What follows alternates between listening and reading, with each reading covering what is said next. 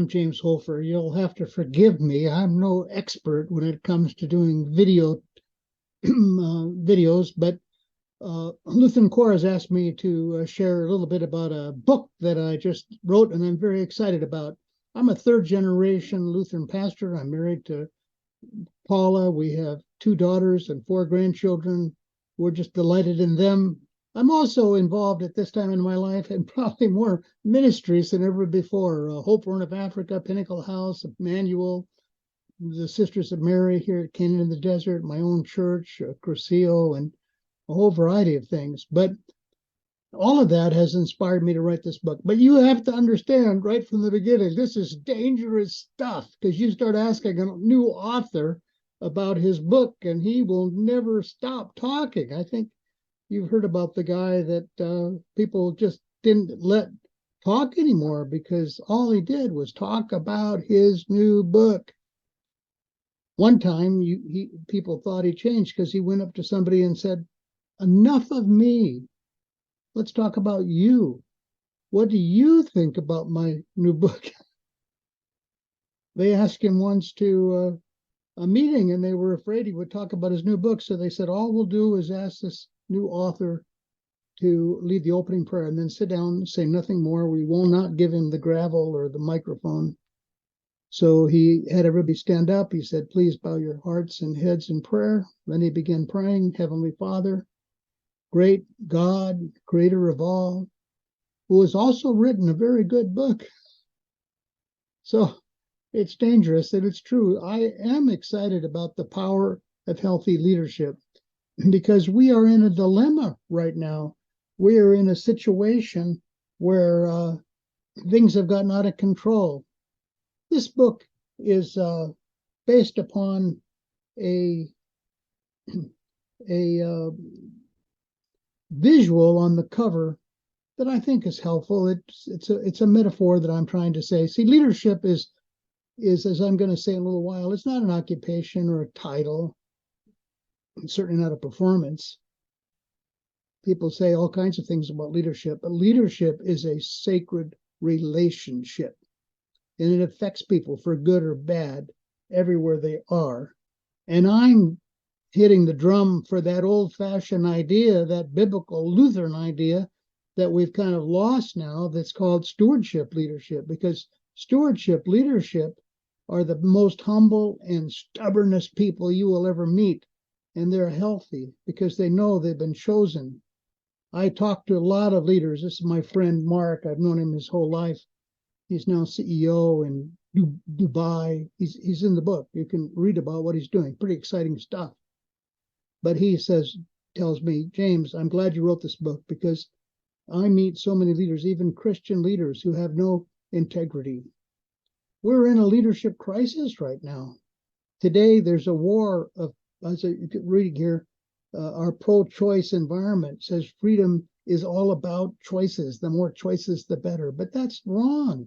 Freedom is about being chosen, doing what you were called and made to do.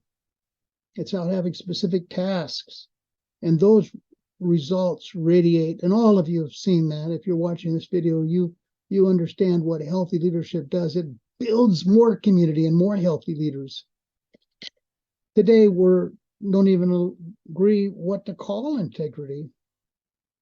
It says here, we're not sure about how often it is tolerable for our leaders to cheat on their spouses or how many untruths make a liar. We're in a moral jungle. Our leaders know how to look during a photo op. This is all stuff part of my book, or to speak during a soundbite, but they're much more fuzzier on integrity and honest and who they really are. And these things can't be byproducts of a casual living. You're not going to build a healthy community if you don't have a goal and an understanding. I say in the beginning of the book, the introduction, I answer a bunch of things. Not only what leadership is not, but why leadership is so much harder now than it was when I was starting out. And it's because we've lost that understanding of vocation. We don't have a moral grounding. If you don't have people who are agreeing with the architecture of our community or who we are now, It's hard to get people to agree about anything. We're so polarized, but that's, as I explained in the book, that's because of tribalism and because of bad understanding of power. That's in the last chapter. Vocation has shifted from calling to career, from vocation to calculation. We've moved from stewardship to a management type of terminology, quoting from the book here, because today's idea of freedom is having choices, more choices, the thing goes, the more freedom we have. But we're not a little God controlling our own destiny as we navigate infinite possibilities and demands. Rather, we are creatures called to fulfill the unique purposes of one master. True freedom is not the absence of duty, but knowing which duty is ours. Our world says you are what you feel you are. You are what you think you are. You are what you want to be. Chasing such falsehoods leads to lethal confusion. Paul says, and I explain that particularly in the last chapter, no, you are who you are called to be. Each chapter builds, and I cover, this is the result of 40 years of study, and it's been exciting. People, a businessman last week said, I've read the book and I want 12 more copies to give to my friends. Another leader said, I'm going to give this to churches that I work with that are in leadership confusion. Somebody just today said, I want to get this to my 2 sons. People call me. I've had conversations almost every day with somebody saying, this has really been helpful. I had that happen again today. It's a helpful book. And it deals with every, as you'll see in a minute, if you hang on here, every basic place where a leader needs to be ready for special responsibilities. But at the heart is chapter 1. That's the hardest chapter. I made it a lot easier. I cut it down about halfway. In fact, the whole book is cut down. I had 20 leaders in church and business read the book and help me and give me permission to write their stories. A lot of the book is just telling about these leaders and how profoundly successful they are because they understand leadership is stewardship. I had a professor helping me years ago when I was working on my doctorate, and he said, there's no biblical theology of leadership. I said, what? He wasn't a Lutheran.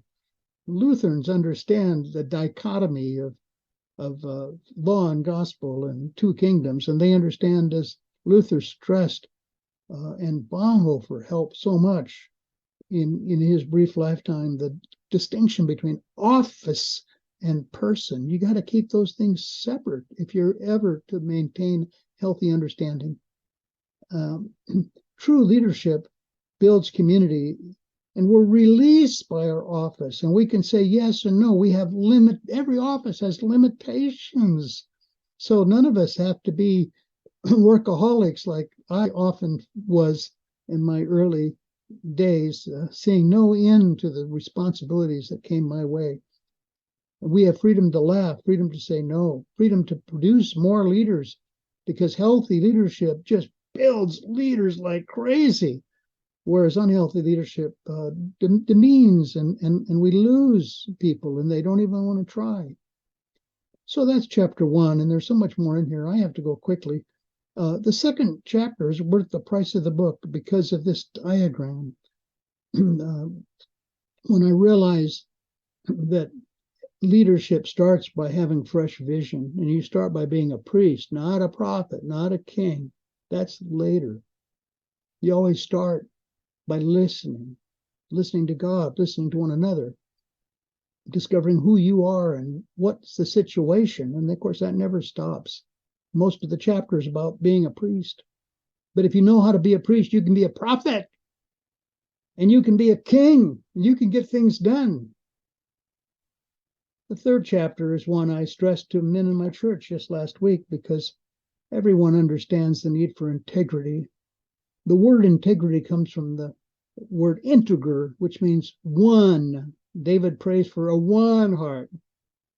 We all know the craziness of having a double heart. I tell the fun story of the boy that tells his fiancée, I don't have Billy Joel's Lamborghini or his yacht, but I love you with all my heart. And she says, I love you with all my heart too, but tell me more about this Billy guy. You have a divided heart, you have a shipwreck. This book deals with the consequences of that and then gives 3 practical steps. How do you develop a united, undivided heart? We'll never have that. Life is about seeking that. Everybody healthy I know is working on uphill, climbing for that. But let's do it. There's discussion guides after every chapter. People ask me, can I do this as a group? Absolutely, that's what it's written for. I'm working with a group of men right now, and we're really enjoying it. The more we get into it, the deeper the discussions go. Chapter 4 is equipping a team. You can't do anything without a team. Plenty of people try. They try to be indispensable. And this shows this proper, in my view, the 4 steps that create a healthy team. And of course, it's all about being honest at the beginning, building a covenantal community, and then delegating, giving away hard jobs. That's the surprising thing at the end, that our best teams are when we give really hard, almost impossible tasks to people on our team to perform. We show them love that way. We show them trust, and we get things done. Nobody gets things done without delegating if you're a leader. Be bold. Wow, easier said than done. Each of the chapters uses a biblical character. I use Jonah. Jonah was out of his depth. God was bringing change, reshuffling the deck, and there's no way that Jonah was ready for that. He freaked out, to use a biblical term. And so this chapter is a favorite of mine because I struggled with, well, here are the 4 or 5 things that courageous leaders do in face of change, making decisions. Without decisions, things die. This is why most movements die, most churches die, most businesses go underground. But then, how does somebody become courageous? Where's the soil that grows courage? So read what I wrote and let me know what you think. The last chapter is certainly the most popular in the book and the most innovative because it suggests that there are 5 stages of leadership. And most of us, all of us, start at the bottom. We all start with manipulation. Out of the womb, we figured out how to manipulate our girlfriends and our parents and our classmates. And then we move into the dangerous but very necessary power of association, which is what's tearing our country apart right now, tribal politics. Tribalism is the most destructive government methodology you could possibly have. And yet it's something that all of us go through, and we move on to achievement, which is certainly a leadership power that we want our doctor to be qualified, our pastors. But Christians know that there are higher levels of power, and that gets into the whole area of vocation. In vocation, you're called, and you find courage and an ability. I certainly had never expected to last as a pastor. I told God, yes, if you want me to be a pastor, I'll do it. But after 3 years, I've proven to everybody that it's beyond my comprehension or my ability. I'll be able to quit. Well, God qualifies whom he calls.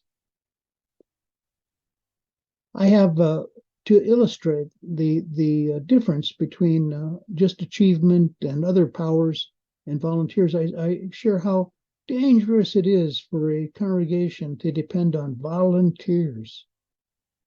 That's what most of us do. That's not biblical. That's not wise. That's not healthy, because volunteers, here's a few of the things that I've written down. Little criticism, they're done.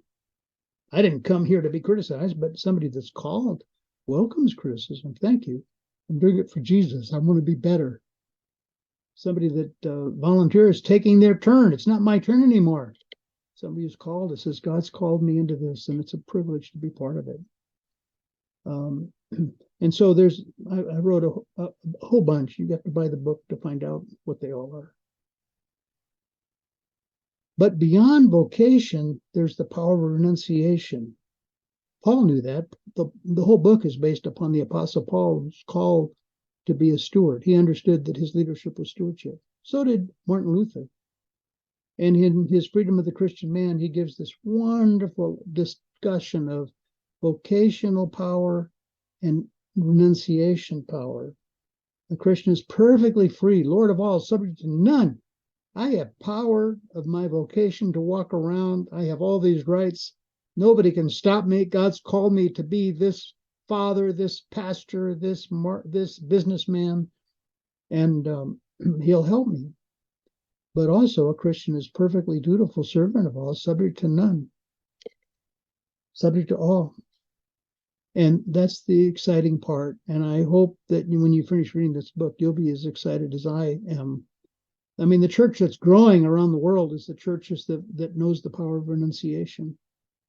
You know, the big cities, is Rome the most powerful city in the world now for the Christian church, or is it Buenos Aires or Karachi or another city in Africa, Addis Ababa? I'm in Ethiopia a lot, and the church there is growing like crazy. It's the largest Lutheran church in the world. Why? Well, maybe they know what we don't know.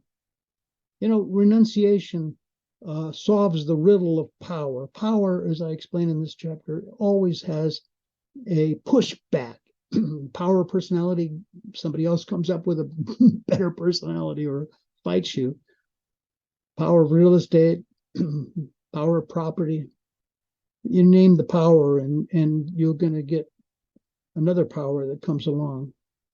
That's why charisma is it blasts people out, and consensus becomes people battling it out.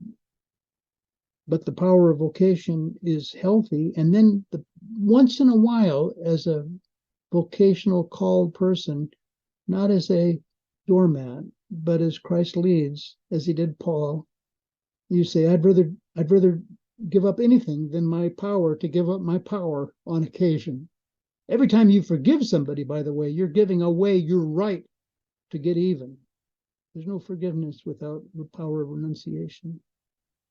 And it's such a powerful thing. And I suggest in the book how revolutionary it is.